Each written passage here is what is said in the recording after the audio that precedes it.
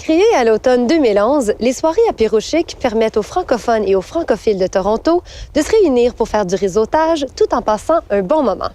Un concept fort populaire qui réunit plus d'une centaine de trentenaires à tous les mois. Ruby a rencontré les deux instigatrices de cette excellente idée.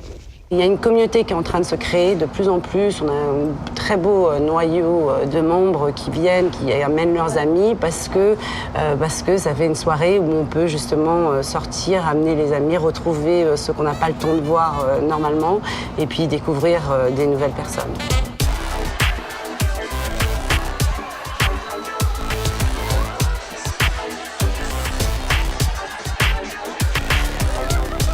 Je voulais créer en fait un peu les after-work comme j'ai connu à New York et à Paris. Pour des gens, un public un peu trentenaire, quarantenaire, en fait, je voulais rencontrer des gens de mon âge, francophiles. D'où l'idée en fait de commencer apéro chic. Donc ça m'a pris beaucoup de temps avant de le démarrer.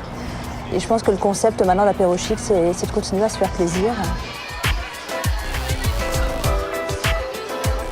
On essaie de faire une thématique quand elle a lieu, c'est-à-dire quand il y a un événement un peu clé de la culture française, pour un peu une introduction de ces événements sur le monde anglophone de Toronto.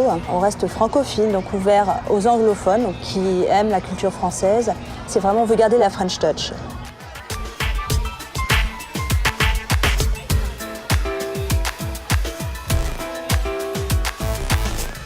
On s'est rencontrés lors d'une soirée française à Toronto et je venais de démarrer apéro chic. J'ai discuté un petit peu du concept de la soirée et celle a beaucoup accroché et on a d'ailleurs toutes les deux beaucoup accroché et on a commencé du coup à travailler ensemble. On s'est associés pour arriver à créer un événement tous les mois à différents endroits, donc un événement itinérant en essayant de trouver des places à chaque fois, des endroits, des venues qui nous plaisent, puis devenir un petit peu tendance où on peut arriver à développer un événement sympa pour recevoir tout le monde. Mon mari ne parle pas le français, le mari de Peggy non plus, et on avait envie de garder un petit côté français, soirée francophone, mais d'avoir aussi le maximum de gens qui parlent en anglais pour que ce soit ouvert à nos maris, aux amis de nos maris, à nos amis anglophones et à tous ceux qui ont envie de se rencontrer pour une soirée sympa. Et aussi, on a des enfants, et on a le travail. C'était un peu aussi pour sortir de la routine et se dire, allez, on est encore jeune, on peut encore aller faire la fête en milieu de semaine.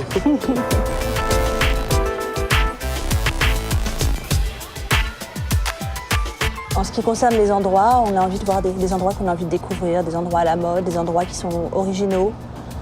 C'est un peu notre choix et à chaque fois c'est assez excitant de penser à un endroit et de dire on va essayer maintenant d'avoir ce prochain endroit. C'est un peu d'aller toujours plus haut et toujours mieux.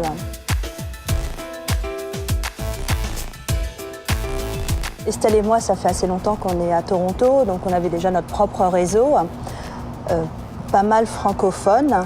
Et c'est à partir de là qu'on a commencé sur les réseaux sociaux. Et donc nos amis ont invité nos amis et leurs amis, etc. Et de fil en aiguille, en fait, maintenant c'est le bouche à oreille qui fonctionne et on grossit énormément sur les réseaux sociaux, sur Facebook et Meetup. Et on envoie un communiqué de presse pour chaque soirée apéro chic. Donc la presse commence aussi à nous suivre, à annoncer les apéros chic, à amener un photographe, à envoyer un journaliste. Donc ça crée du bouche à oreille. À la dernière soirée, c'était grâce à Radio-Canada qui avait annoncé l'événement que des gens sont venus, ont entendu parler d'apéro chic.